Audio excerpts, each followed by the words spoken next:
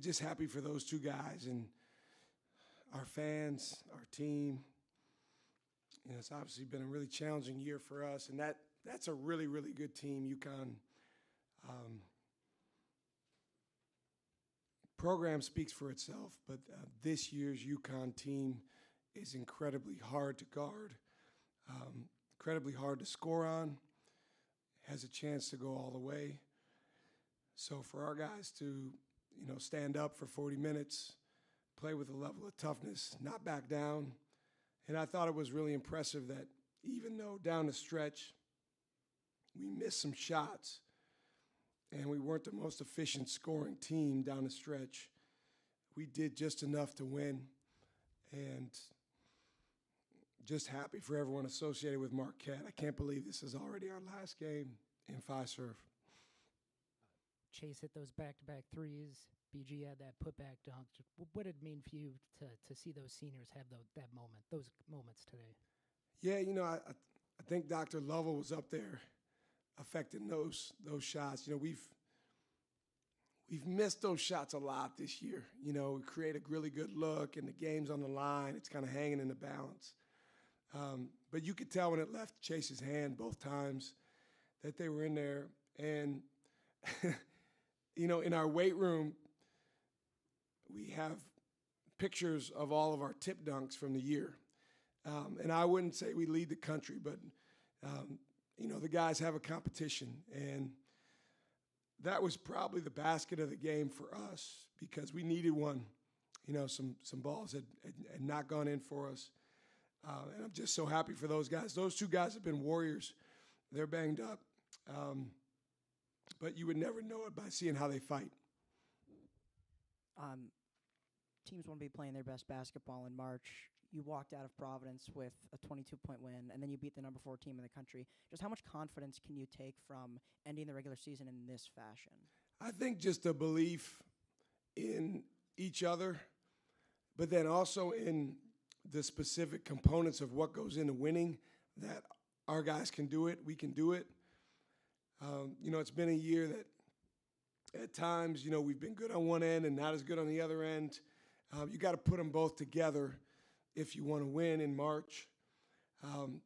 Everyone's 0-0 starting next week, but we certainly want to take momentum from this week into the Big East tournament.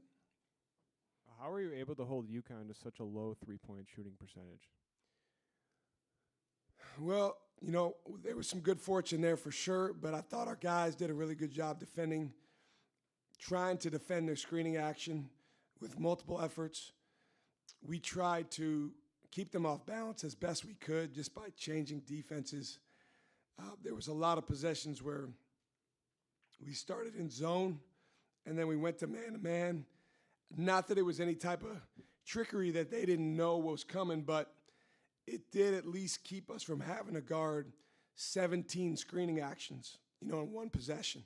It got them a little bit more standing, and I think that shortened the game some for us, which was important because the reality is against them, there's a cumulative effect of having to guard dozens of screens over and over and over again.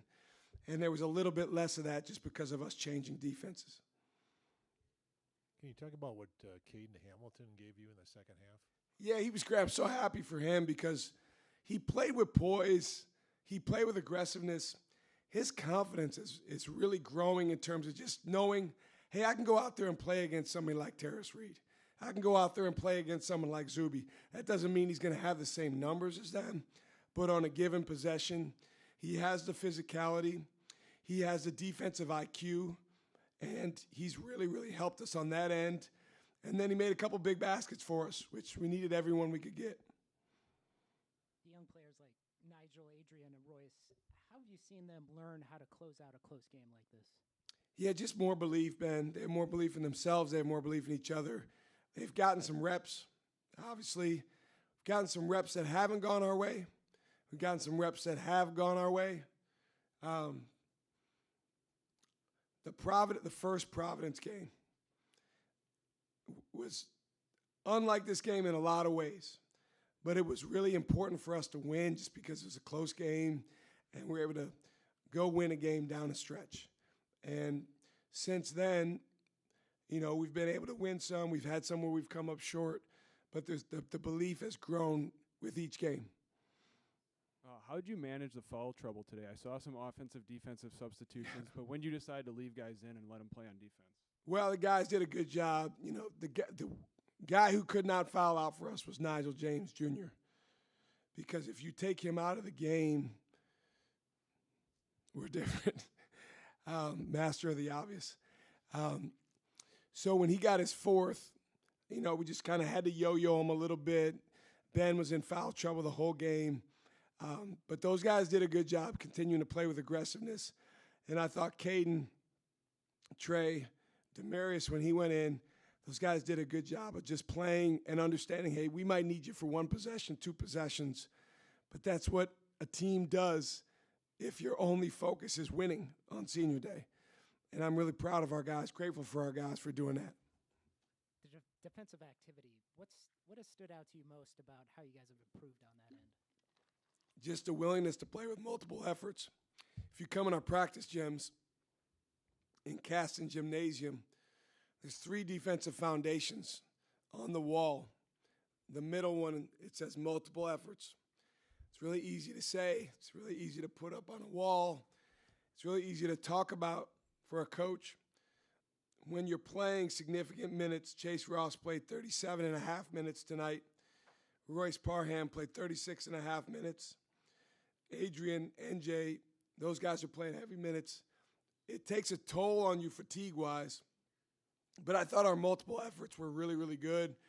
It allowed us just to keep playing. Wasn't perfect. I'll tell you, Terrace Reed, normally we're okay getting switches. It's just kind of part of how we play. But, man, he punishes you when you do that. So that made it even more important that we defeat screens, because if we depend on a switch when we get cracked, he either punishes you as you're on the glass or punishes you at the basket.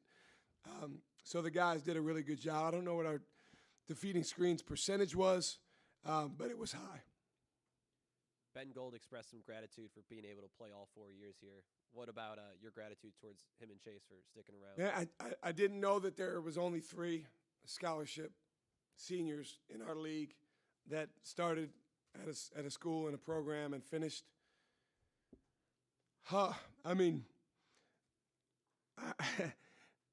I'm just going to focus on being grateful, so I'm not going to lament. I wish there was more, but I'm grateful that we have 2 out of the 3. Those guys mean so much to our program because this is their home. They value Marquette. They value our fans. They value the experience here. I still think that matters, the experience that a guy gets at a university. Obviously, winning and losing is part of that, but it's not the only part of that. It's what it feels like when you're on that campus. It's your interactions with the fans. It's the home atmosphere, and it's special here, and those guys appreciate it. That's it. Thank you.